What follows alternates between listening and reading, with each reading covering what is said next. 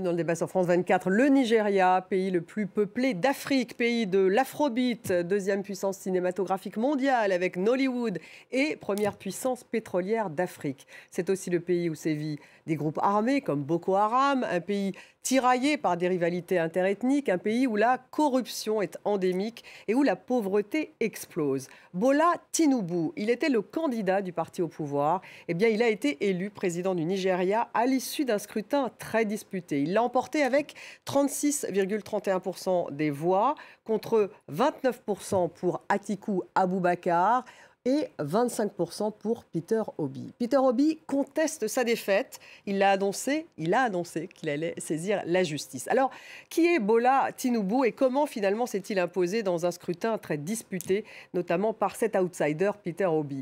Peut-il relever les défis multiples, économiques ou sécuritaires? Le Nigeria assume-t-il son statut de puissance régionale d'Afrique de l'Ouest? Eh bien, on va poser toutes ces questions à mes invités. J'ai le plaisir d'avoir à mes côtés Emmanuel Iga. Bonsoir. Vous êtes politologue, consultant en géopolitique, auteur de Nigeria Handbook. Bienvenue dans le débat. En face de vous, bonsoir. Sédik Abba, bonsoir. Journaliste, essayiste, spécialiste du Sahel, auteur de Voyage au cœur de Boko Haram. Et c'est aux éditions de l'Harmattan. Bienvenue à vous également. Nicolas Norbrook est avec nous. Bonsoir Nicolas, directeur de la rédaction The Africa Report. Merci d'être avec nous. Vous pouvez participer à cette émission sur le hashtag débat F24 sur les réseaux sociaux, bien sûr. N'hésitez pas à le faire. Sachez donc, je le disais, que Peter Obi conteste sa défaite, que Bola Tinubu a donc été élu. On va faire d'abord, avant de commencer cette discussion, un portrait justement du tout nouveau président.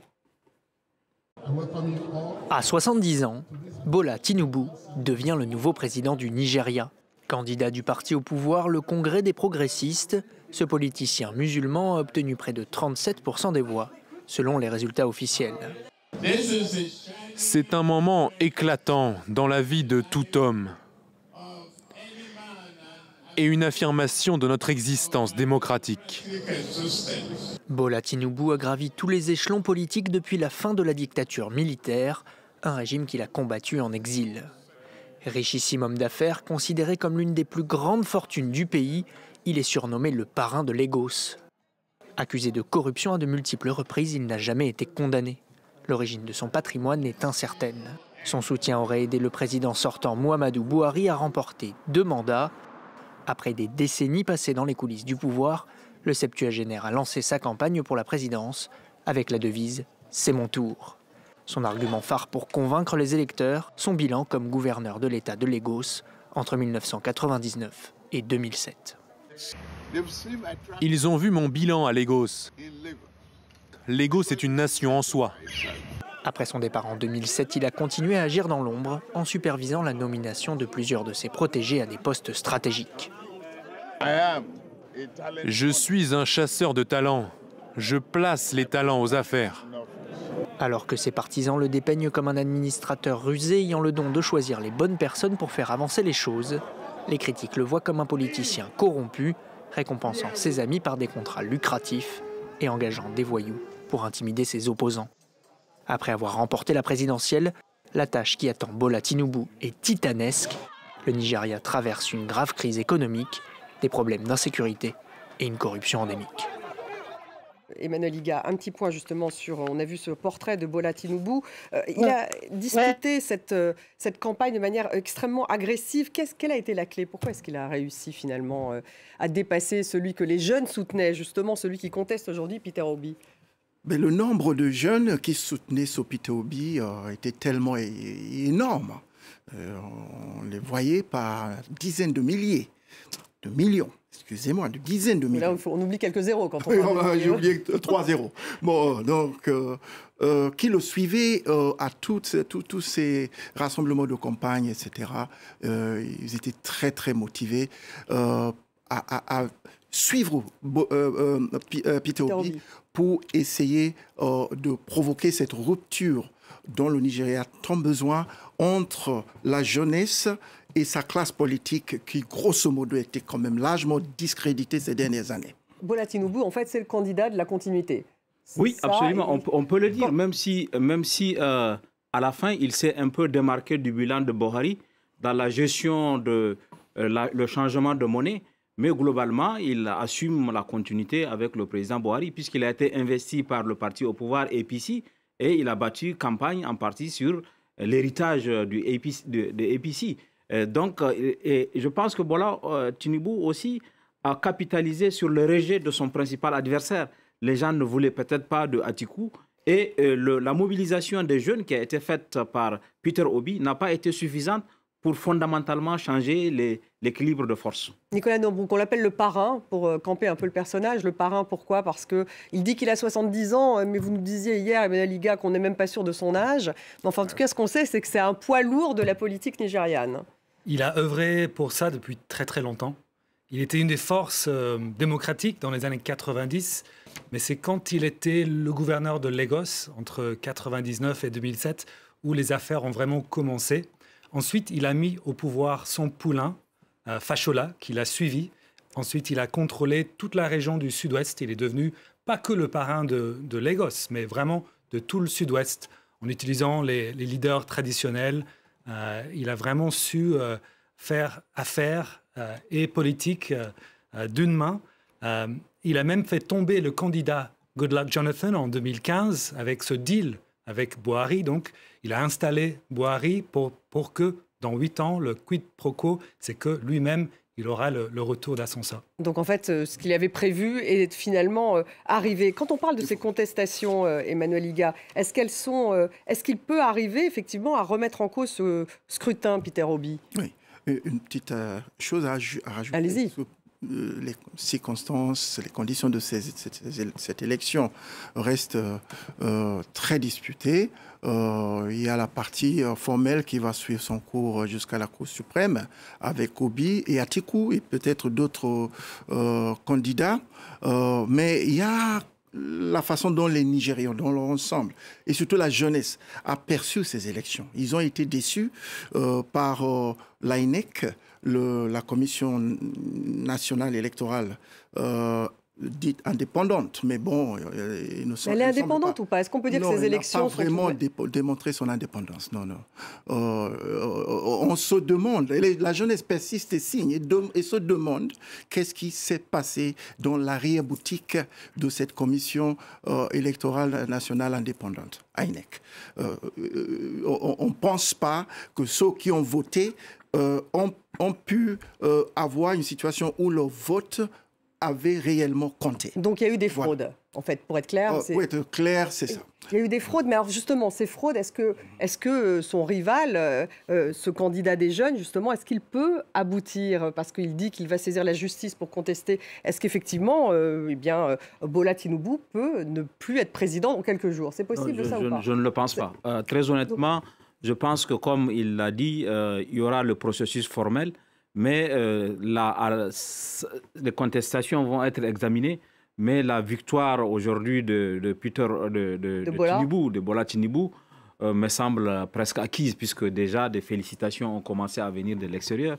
Et même la CEDEAO a estimé que le scrutin s'est bien passé. Alors, qui l'a félicité, effectivement? La CEDEAO? La CEDEAO a déjà estimé que le scrutin s'est globalement bien passé. Et l'Union africaine aussi a envoyé des observateurs qui ont estimé, l'ancien président sud-africain Thabo Mbeki, ont estimé que le scrutin s'est passé dans de bonnes conditions.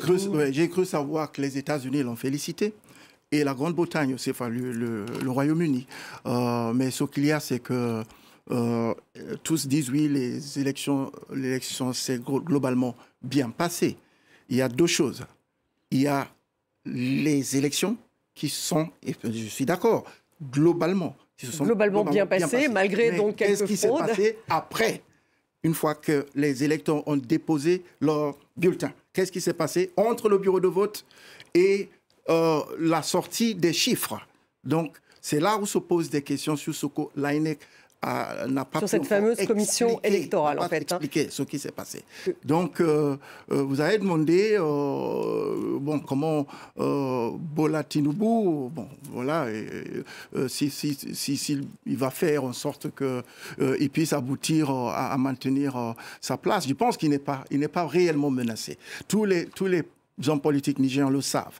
On 24 ans maintenant, d'élections au Nigeria, le président a toujours été maintenu, mais il y a eu à chaque fois des contestations, c'est ça.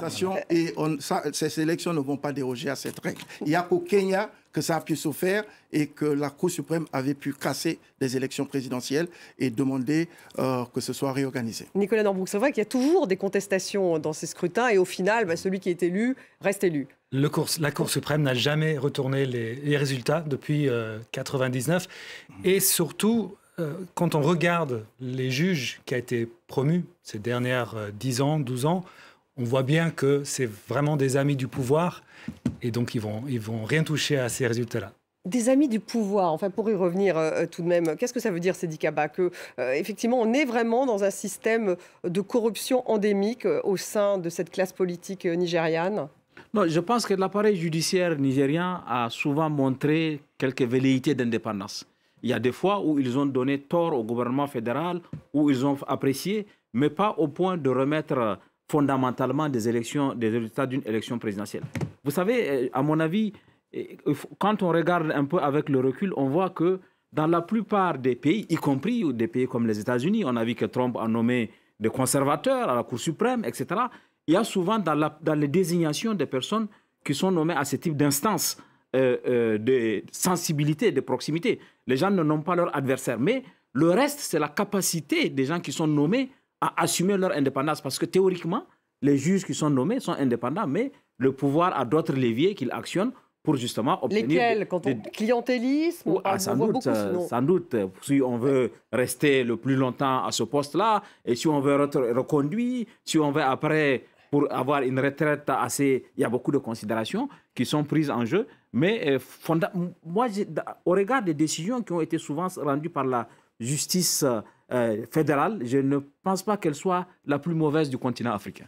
C'est pas la plus mauvaise. Emmanuel Liga, un mot peut-être sur son âge, parce qu'il dit qu'il a 70 ans, mais manifestement, on n'en est pas sûr. Oui, je parle de Bola Tinubu. Ça a été un sujet de grand litige entre Bola Tinubu et les médias, Bola Tinubu et les autres candidats. Il n'a jamais pu vraiment prouver son âge. Au Nigeria, les naissances ne sont pas enregistrées. Donc, tout le monde profite de ça pour se rajeunir. Il n'est pas le seul. Ça fait combien de temps qu'il a bloqué le compteur à 70 ans alors? Oui, on pense qu'il manque quelque chose peut-être comme une dizaine d'années. Une dizaine d'années. Donc, il serait plus proche de 80. Mais en tous les cas, au Nigeria, il n'y a pas d'interdiction, il n'y a pas de limite d'âge au Nigeria. Non. Ce n'est pas là où le problème se pose. Tout simplement, en tant que premier citoyen du pays, il faut qu'il dise la vérité sur lui, sur tout, y compris son âge. Et de son âge aussi dépend aussi peut-être sa situation de santé. Bon, les Nigérians se posent des questions. Si on ne va pas avoir plus de problèmes avec lui au niveau de la santé qu'on a eu avec Buhari, qui a passé 200 jours de son mandat à aller, presque, à aller chaque fois à Londres. Combien? Presque 300 jours à l'extérieur. À aller se faire soigner. Se faire soigner à Londres. Oui, lui a déjà eu pas mal de problèmes. On lui souhaite quand même bonne santé pour qu'il puisse faire un bon mandat pour le Nigeria et pour l'Afrique. Justement, on va revenir sur ce défi. Juste un mot, justement, une question d'un internaute qui nous suit. Est-ce qu'avec l'âge de Bola Tinubu et son état physique, il peut gérer le pays le plus peuplé d'Afrique? Donc ça, c'est une question d'un internaute. Comme quoi, on se pose cette question sur son état physique. Il n'est pas le seul à le poser, cet internaute. C'est la question des dernières 2-3 ans au Nigeria, quand on voyait Tinubu avancer de sa candidature. Tout le monde se posait la question, est-ce qu'on veut revivre ce qu'on a vécu déjà avec Buhari, mais aussi avec d'autres présidents avant? Et c'est donc pas le seul à être dans ce cas-là. Ce débat est pertinent au Nigeria parce que le Nigeria a vécu un traumatisme. C'est que le président en cours de mandat était décédé. C'est ça. Et Yar'Adua était décédé.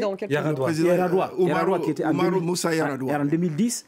Était décédé et Jonathan avait achevé le mandat de Yar'Adua et s'est représenté. Donc, au moment de se représenter, il y a eu une contestation. Donc, les Nigérians sont tétanisés par le risque de vivre ce scénario que le président dessoude en cours de mandat et qu'on se retrouve à assumer une transition qui peut être problématique. Il avait effectué 3 ans sur 4. Le fameux président Yar'Adua. En 2010. Et comme dans le cas de Bola Tinubu, et même d'ailleurs un petit peu de Buhari, on avait vu pendant la campagne, et même avant, qu'ils n'étaient pas au meilleur des formes, au point de vue santé. Pour Bola Tinubu, on a vu plusieurs signes. Mais bon, là, il a gagné, et on l'avait vu pour Yar'Adua aussi. Et on l'a laissé passer, il a gagné. Donc on a l'impression d'un scénario qui se répète. C'est un peu ça. Bon, c'est ça que les Nigériens... On prie que ça ne soit pas le cas.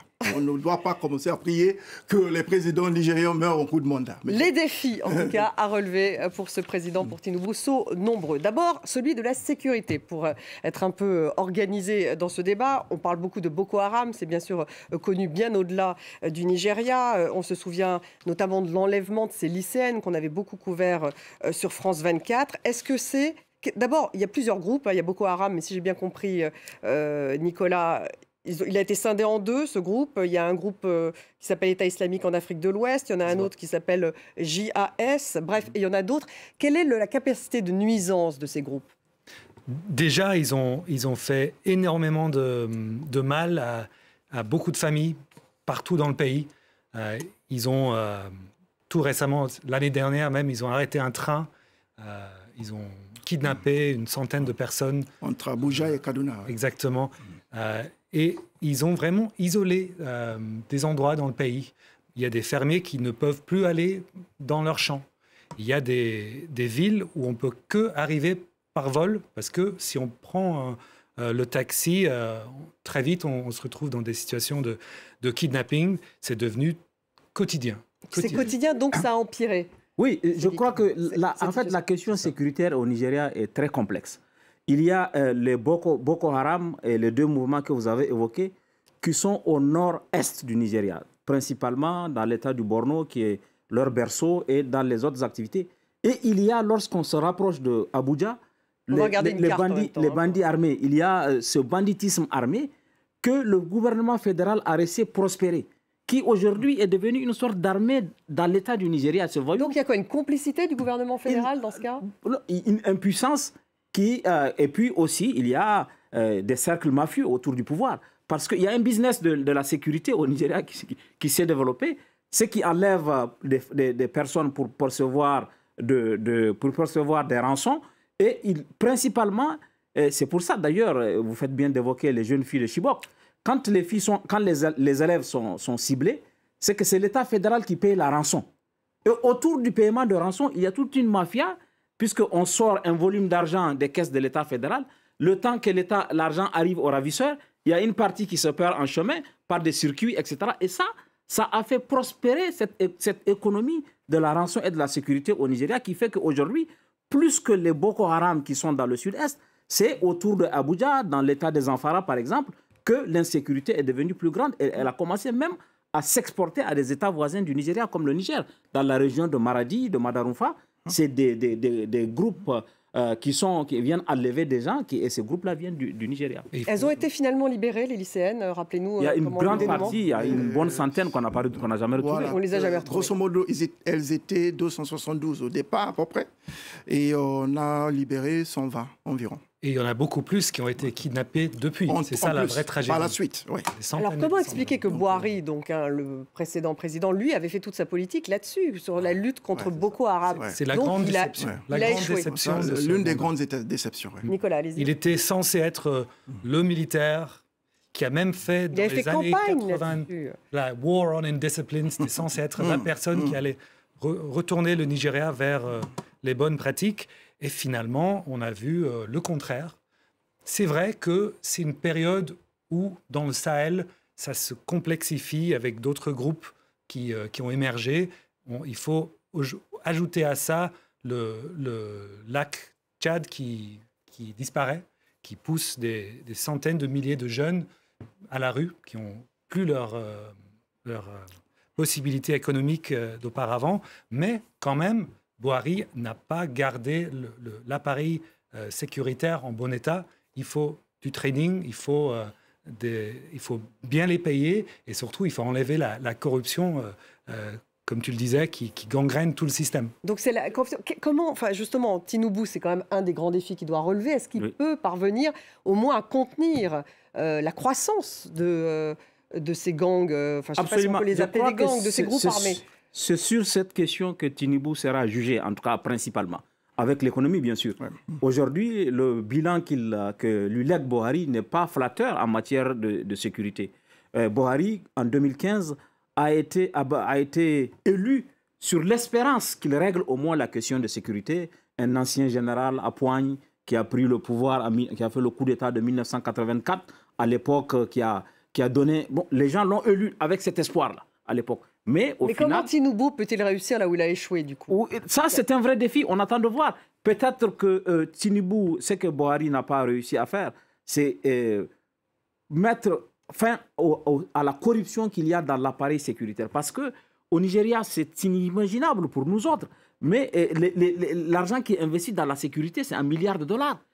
Je sais que, par exemple... Mais ça, c'est de l'investissement public? C'est de l'argent public. Mais est-ce que le débat ne se trouve pas au niveau du volume? Ça se trouve au niveau de la qualité. Est-ce que cet argent est effectivement investi dans la sécurité? Puisque Nicolas parlait des motivations des soldats, ça, c'est une vraie question. Et si jamais Tinubu réussit, comme il a fait à Lagos, le pari de mieux gérer l'argent de la sécurité, et de demander des comptes à accountability, comme on dit là-bas, de demander des comptes par rapport à la gestion de l'argent de sécurité, il aura fait un pas vers la résolution. Il a réussi à Lagos de faire... Parce qu'on dit beaucoup que la sécurité à Lagos, c'est pas vraiment ça. C'est dangereux, Lagos. Oui, Lagos est devenu dangereux et de plus en plus dangereux au fur et à mesure des années qui passaient. Donc ce n'était pas à l'époque où Bola Tinubu était le gouverneur de Lagos qu'on peut dire que Lagos était très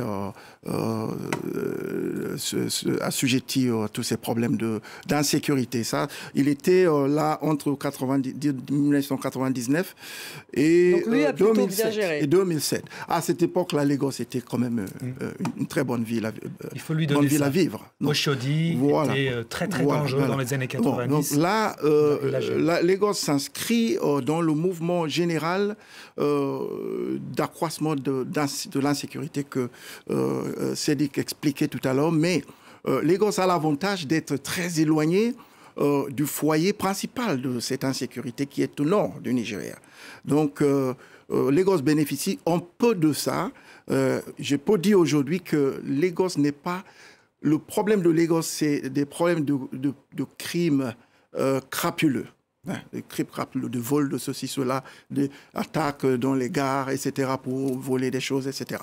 Mais c'est beaucoup plus compliqué au nord, où il y a des prises d'otages, des kidnappings, tous les jours, et des centaines de millions de naira qui doivent échanger des mains pour que ces otages soient libérés. Et donc, ça, c'est quotidien au nord. Donc ça, c'est un défi. On va lui demander, enfin en tout cas les Nigérians, j'imagine, vont lui demander des comptes là-dessus. L'économie, c'est une puissance pétrolière. Hein, je le disais, le Nigeria, première puissance pétrolière d'Afrique, des ressources en hydrocarbures exceptionnelles, des réserves de pétrole qui représentent 35% des réserves de brut du continent africain, près de 80% des réserves de l'Afrique subsaharienne. Mais alors, d'après ce qu'on dit, un quart, Nicolas, je parle évidemment sur votre temps, un quart de la production est volée par la mafia. Ils ont découvert ça il y a 6 mois, qu'il y avait des il y a 6 mois seulement. Des pipelines mystérieux qui ont été découverts. Et ils ont en effet découvert que le quart était volé. Les gens disent que c'est beaucoup plus et que c'est un système qui existe depuis une quarantaine d'années. C'est pas nouveau, mais ça s'est vraiment accéléré sous Buhari. Et c'est dommage parce qu'il y avait des moments dans ces années qu'on vient de passer, par exemple, où le baril était assez haut. Donc tout cet argent-là aurait pu aider le Nigeria à faire face à ces défis, à créer de l'emploi, mais non, c'est tombé dans les mains de finalement peut-être 1000, 2000 personnes. Il y a un paradoxe, quelque chose de totalement irrationnel au Nigeria. Le Nigeria est le premier pays africain producteur du pétrole. En même temps, le Nigeria importe l'essence parce qu'il y a un système qui a été mis en place qui fait que le Nigeria n'a pas de raffinerie. Ouais. Elle n'a jamais pensé à en construire. Quand le brut est exporté, ça permet à la mafia de profiter sur les exportations, de profiter pour faire des magouilles. C'est récemment seulement que Dangote a construit une usine qui va permettre de raffiner. Et cette absence de raffinerie a été faite volontairement pour permettre aux gens, à l'élite politique, militaire, de continuer à frauder, etc. Et on se retrouve... C'est tout un système. C'est tout un système. Là. On se retrouve dans un pays comme le Nigeria avec des pénuries de carburant où les gens sont obligés de se réveiller à 5 h du matin, à 3 h du matin pour aller chercher du carburant. Parce qu'il y a toute une ingénierie de la corruption et de la fraude. Il y a 4 raffineries. 4 raffineries pour un pays qui ne marchent pas. Qui ne marchent pas, ou qui sont à peut-être 15% de leur capacité installée pour les raffineries qui sont du côté de Port-Harcourt et de Warri, que je connais. Bon, ça ne dépasse pas 15% quand ça marche. Et il y a une grosse raffinerie dans l'état de Kaduna au nord qui ne fonctionne plus depuis, ça peut faire 20 ans, mais on continue de maintenir le staff et de les payer. Donc, c'est totalement irrationnel. Alors, ces 4 raffineries, 2 à Port-Harcourt, 1 à Warri, une à Warri et une à Kaduna, devaient suffire largement pour répondre aux besoins nationaux. Et ça n'a pas fonctionné.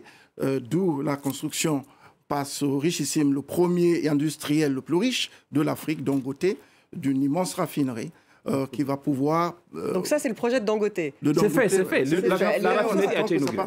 Et on ne sait pas... L'homme le plus riche du Nigeria, pour le replacer, qui est dans l'industrie du pétrole, Dangote. Allez-y, Nicolas. Je pense qu'on peut être assez négatif sur l'économie au Nigeria, parce qu'aujourd'hui, ça va très très mal.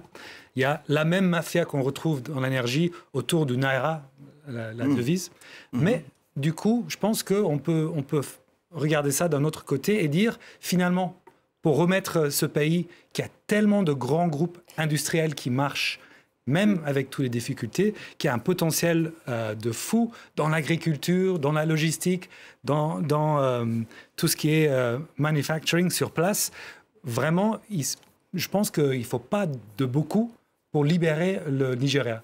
Ah oui, non, libérer le Nigeria de ses contraintes, de corruption. Non, le Nigeria est quand même la première. Le Nigeria, c'est un miracle. C'est quand même, malgré tout ce qu'on vient de décrire, la première économie du continent. C'est ça. Parce qu'il y a une capacité, au Nigeria, une capacité à faire du business que l'on ne retrouve pas ailleurs sur le continent. J'allais y venir, justement. Ce business, cette philosophie business, ce business mind, enfin cet esprit très business des Nigérians qu'on retrouve, on a tous, esprit d'entreprise qu'on retrouve à la fois dans toutes les industries culturelles. Hein, donc, je parlais de l'afrobeat, Hollywood, les start-up. Donc, en fait, est-ce qu'ils renoncent, ces jeunes qui se lancent dans les start-up, qui sont entrepreneurs, à ce que l'État, finalement, les protège et finalement, ils font sans ça? Est-ce que c'est ça un peu En fait, à la différence de beaucoup de pays africains où l'ambition, c'est de devenir fonctionnaire et d'aller pour avoir un salaire à la fin du mois, il y a chez les jeunes Nigériens une créativité, un esprit d'entreprise qui est poussé par l'environnement dans lequel on trouve beaucoup de start-up, on trouve aujourd'hui des technologies à Abuja qu'on trouve dans les grandes villes. Et ça, je pense que c'est un avantage que le Nigeria a qui explique comment le pays est devenu la première puissance économique du continent, loin derrière les autres pays qui donnent l'impression d'être mieux structurés. Emmanuel Iga, d'où vient-il cette espèce d'esprit d'entrepreneuriat? Je crois que c'est inné. C'est inné chez les Nigériens. Oui, on l'a dans le sang. Et tous les Nigérians disent ça. C'est l'ADN du Nigeria. Bon, c'est pas le même. Chaque région a ses spécialités. Les Ibo, par exemple, ils fonctionnent avec les pièces détachées, avec la pharmacie, avec l'automobile, ce que vous voulez. Il y a une grosse usine de fabrication, pas d'assemblage, mais de fabrication d'automobiles, Innocent, au sud-est, chez les Ibo, un Nigérian qui produit des beaux véhicules qui peuvent rivaliser avec ce qu'on a ici. Vous allez chez les Yoruba, c'est aussi la pharmacie, c'est les finances, les grandes finances et tout ça. Et au nord, on a toute cette partie que vous expliquiez tout à l'heure, le change de Naira, tout ce qui est commercial, c'est les Hausa, Fulani, les pôles du nord. Donc, chacun s'est spécialisé et les parents enseignent ça aux enfants. En fait, ils ont fait des dynasties d'entrepreneurs. C'est un peu ça.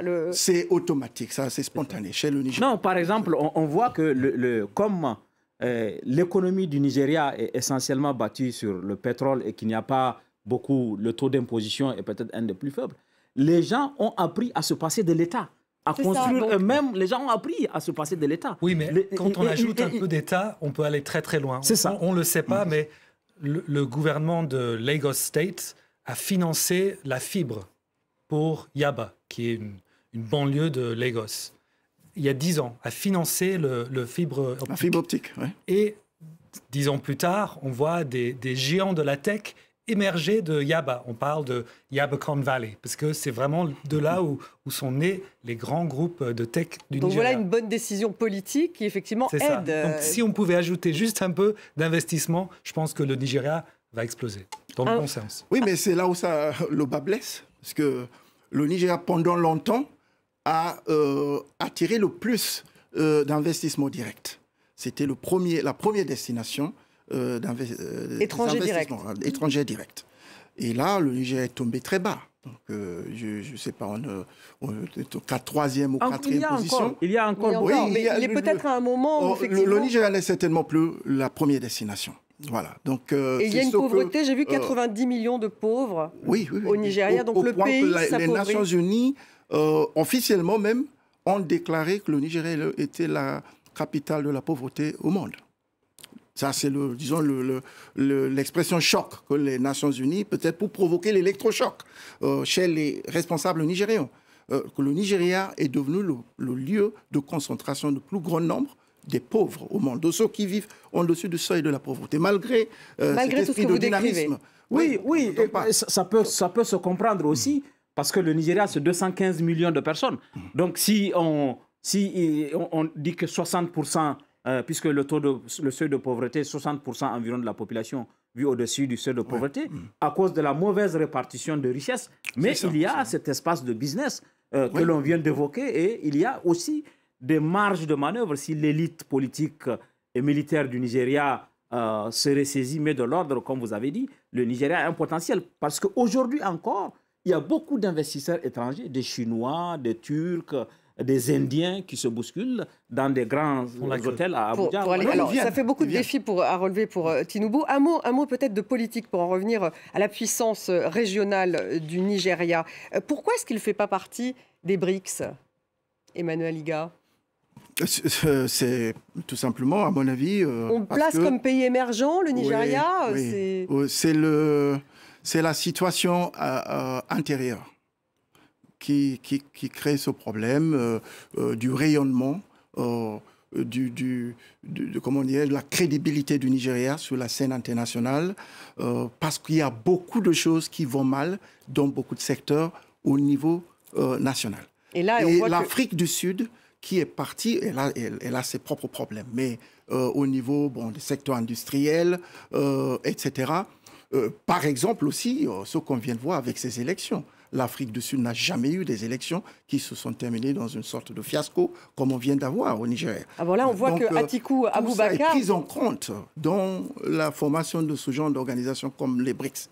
Atiku Abubakar, arrivé donc deuxième, lui, il dénonce à l'instant un viol de la démocratie. Donc, il y a beaucoup de contestations autour de ce scrutin encore, Nicolas. Oui, il y en a, mais je pense que quelque part, et c'est peut-être pas une opinion populaire, quelque part, le Nigeria a déjà gagné avec ce candidat Peter Obi qui a cassé les deux anciens partis. Et pour moi, ce qui est important, c'est qu'est-ce que Peter Obi fait maintenant? Est-ce qu'il se lance dans l'opposition?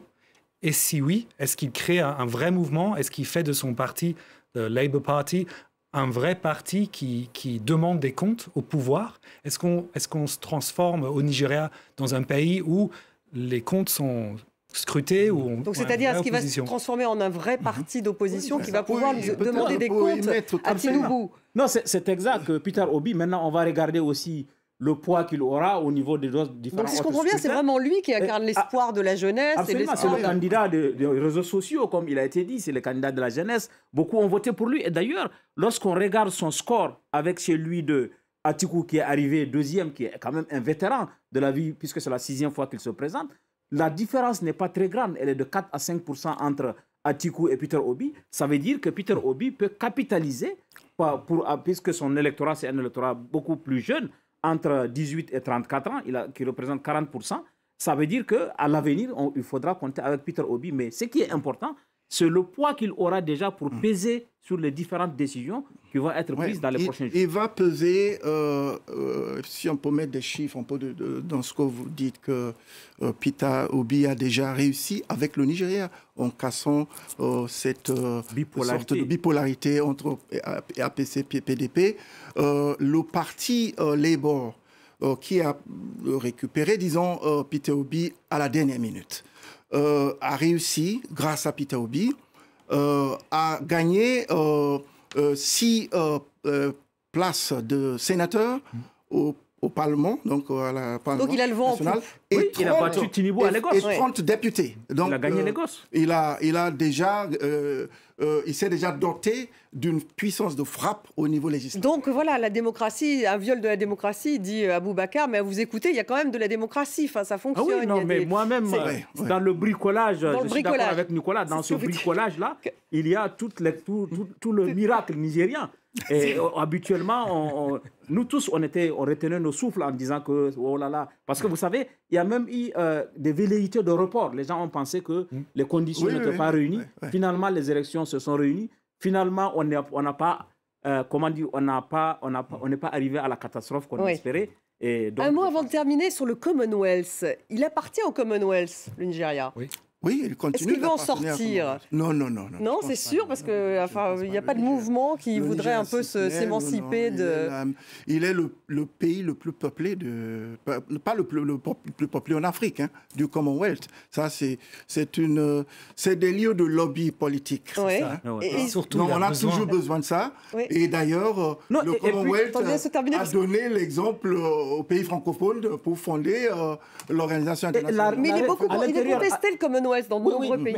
Mais la relation dans le Commonwealth n'est pas horizontale.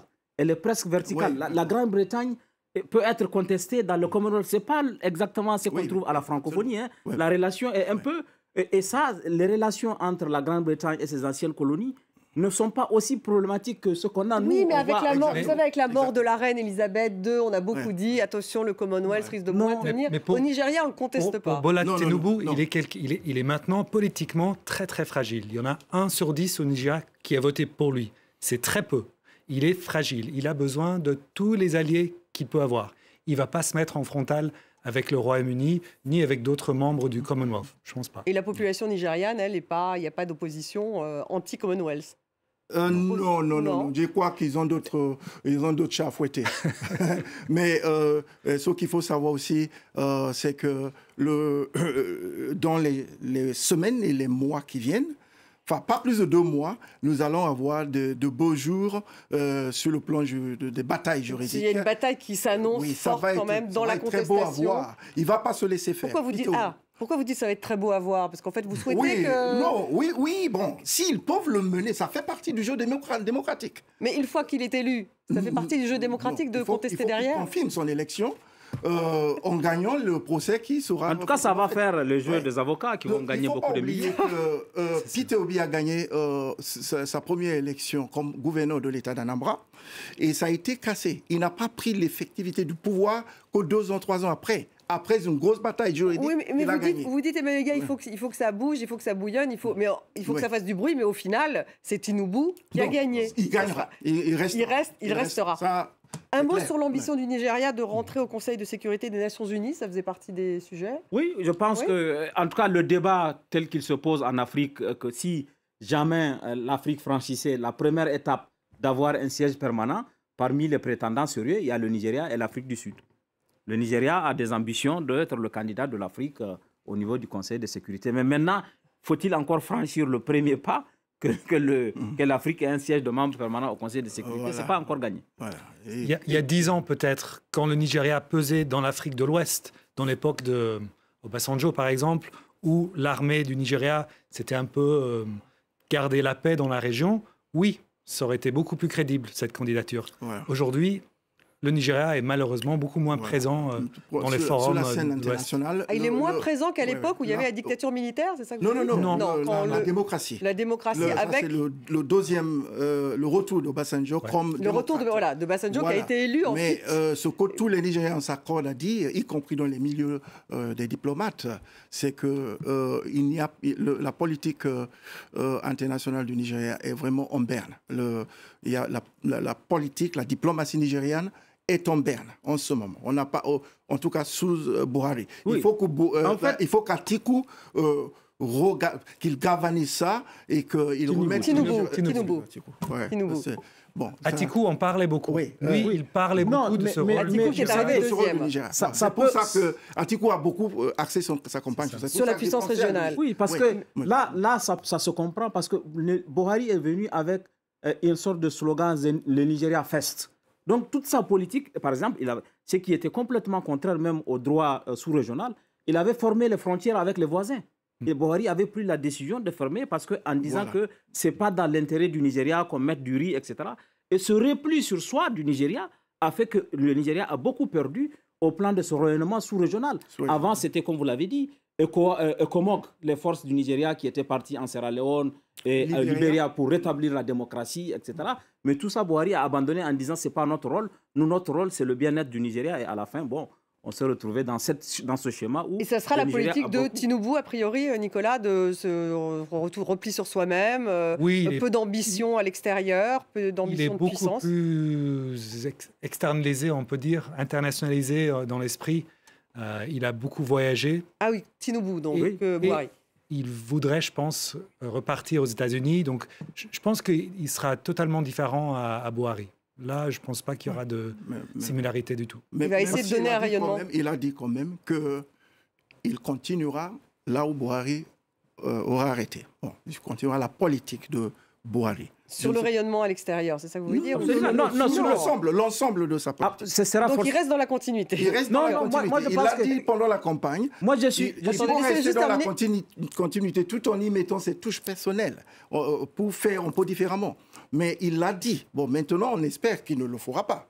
Je suis plus proche de Nicolas dans ce débat parce que, ayant vécu longtemps en exil à cause de la dictature, il est plus sensible, il va être plus ouvert que Buhari au monde extérieur et ça permettra au Nigeria de retrouver son leadership sous-régional parce que le Nigeria, c'est 65% du PIB de l'Afrique de l'Ouest. Voilà, Bola Tinubu, donc élu président Nigeria. On voit donc à l'issue de ce débat qu'il va y avoir de la contestation, ça va s'agiter, mais a priori, c'est tout de même lui, le nouveau président nigérian. Merci beaucoup, Nicolas Norbrook, d'avoir été avec nous. Merci, Emmanuel Iga. Merci à vous, Sédik Abba. Merci à vous tous de nous avoir suivis et restez avec nous sur France 24.